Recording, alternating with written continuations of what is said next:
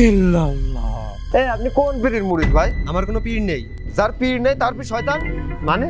আরে মিয়া পীর ধরা তো ফরজ। কি তোদের জান্নাতে নিয়ে যেতে হবে সেই চিন্তায় কি আমার ঘুম খাওয়া দাওয়া আছে নাকি? হ্যাঁ, জান্নাত জাহান্নাম কি আল্লাহ আপনার হাতে তুলে দিয়ে গিয়েছে? কি এত বড় সাহস তোর? আল্লাহু আকবার। জামাল ভাই কি রকম নামাজ পড়তেছে? এই রকম নামাজটা আমি বাপের জন্মেও দেখিনি। কোন তরিকার লোক নাকি নতুন তরিকা আবিষ্কার করলো? না ভাই তো মনে হয় নামাজ হচ্ছে না। এ আবার কোন পীরের মুরিদ নতুন পীর টির আসলো কিনা আল্লাহ মাহবুব জানে। ভাইয়ের সাথে কথা বলতে হবে, দেখি নামাজ শেষ হোক তারপর ধরতেছি। জামাল ভাই তো এরকম করার কথা না, সে তো বোঝাশোনা লোক আমি যতদূর জানতাম। ভাই বই পুস্তক পড়ালো কে কোন তরিকায় নামাজ পড়তেছে তারও জানতে হবে। আসসালামু আলাইকুম ওয়া রাহমাতুল্লাহ। আসসালামু আলাইকুম ওয়া রাহমাতুল্লাহ। আল্লাহুম্মা আমিন। রব্বানা যালামনা আনফুসানা ওয়া ইল্লাম তাগফির আমিন বিরহমাতিকা ইয়া আরহামার রাহিমিন। আরে জামাল ভাই তো চলে যাচ্ছে, চলে যাওয়ার আগেই তো ধরতে হবে। এই জামাল ভাই। হ্যাঁ ভাই, এই আপনি কি রকম নামাজ পড়লেন? আসলে নামাজ পড়লাম। আপনার তো নামাজ হয়নি ভাই। আপনি দেখে থাকছেন না কেমন নামাজ হয়েছে কি হয়নি? এই আপনি কোন পীরের মুরিদ ভাই? আমার কোনো পীর নেই, আমি কোনো পীরের মুরিদ না। এই জন্যই তো আপনার নামাজের এই অবস্থা মানে? এই আপনি জানেন না যার পীর নেই তার পীর শয়তান? কি এমন কথা তো আমি জীবনেও শুনিনি। আপনি একজন মুসলমান হয়ে এই কথা কোনোদিন শোনেননি? আরে মিয়া পীর ধরা তো ফরজ। কি সব উল্টাপাল্টা কথা করছেন মিয়া?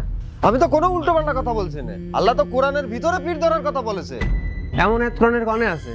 আছে ভাই আছে, আমি তো অত মুখস্থ করে থুইনি, তবে আমার পীর সাহেব সব জানে। চলেন আপনি পীর সাহেবের কাছে, সব বুঝিয়ে দিচ্ছি আপনার। চলেন তালি আপনার পীর বাবার কাছে ঘুরেই আসি, দেখুন উনি আবার কোন তরিকার নামাজ শেখায়। চলেন। আচ্ছা এদিকতে চলেন। আজকে পীর ধরলে পারে জামাল ভাই নামাজের এই অবস্থা হতো না। আহারে এতদিন যা নামাজ পড়েছে সব বৃথা। আচ্ছা ভাই, আমরা যে পীরের কাছে যাচ্ছি এই পীরের নাম কি? আপনি জানেন না আমাদের এলাকার বিখ্যাত মুহাদ্দিস মুফতিয়ে জামাত পীরে কামেল পীরে তরিকত রাহনুমায়ে শরীয়ত মগজে মারফত হাদিসে হাকিকত পীরে পেরানি বাতিলের আতঙ্ক। আচ্ছা আচ্ছা ভাই, মূল নামটা কি? ওহো, এইভাবে তো বড় পীরের নাম নেওয়া যায় না, আপনি জানেন না এগুলো? ও আচ্ছা, তাই নাকি? হ্যাঁ আপনি চলুন, দরবারে চলুন, বাবা আপনাকে সব নিয়ম কানুন বুঝিয়ে দেবেন। আগে চলুন। আচ্ছা ভাই, আমাদের নবীজির নাম কি? কেন, মোহাম্মদ সাল্লাল্লাহু আলাইহি সাল্লাম। বাহ ভাই বাহ, আপনার পীরের নাম এত সহজে নেওয়া যায় না, আর আপনি আমাদের মহানবীর নাম এত সহজে নিয়ে নিলেন। ভাই ভাই এই যে পীরের দরবার চলে এসেছে, চলেন চলুন চলুন চলুন। ইল্লাল্লাহ ইল্লাল্লাহ ইল্লাল্লাহ ইল্লাল্লাহ ইল্লাল্লাহ ইল্লাল্লাহ ইল্লাল্লাহ ইল্লাল্লাহ। তুই আইছিস শরীফ, তোর কথাই ভাবছিলাম। জি বাবা, আপনি মনে মনে ভাবেছেন, আল্লাহ আমাকে পাঠাই দিয়েছে। দেখেছেন ভাই, পীর সাহেব মানে কামেল মানুষ, আল্লাহওয়ালা মানুষ। সে ভেবেছে কোনো না কোনো ওসিলায় আল্লাহ আমাকে এই জায়গা পাঠাই দিয়েছে। কি রে শরীফ, তোকে অনেকদিন মজলিসে দেখি না, কোথায় থাকিস তুই? জি বাবা হুজুর, একটু ব্যস্ত হয়ে পড়েছিলাম। এভাবে পীরকে ভুলে আখিরাতকে ভুলে দুনিয়া নিয়ে ব্যস্ত হলে চলবে বল? যাই হোক, তোর সাথে এটা কে? হুজুর আমার এলাকার ভাই। তা বাবা তুমি কেমন আছো? এই তো বাবা হুজুর, আলহামদুলিল্লাহ ভালো আছি। এই নীরব, নীরব। জি বাবা হুজুর। পীরকে খেদমত না করলে তুই জান্নাতে যাবি কি করে? হ্যাঁ, যা আমার জন্য পানি আর পান নিয়ে আয়। ঠিক আছে। দুনিয়া তো নকলে ভরে গেছে, আর নানান তরিকা মদ দল ভরে গেছে।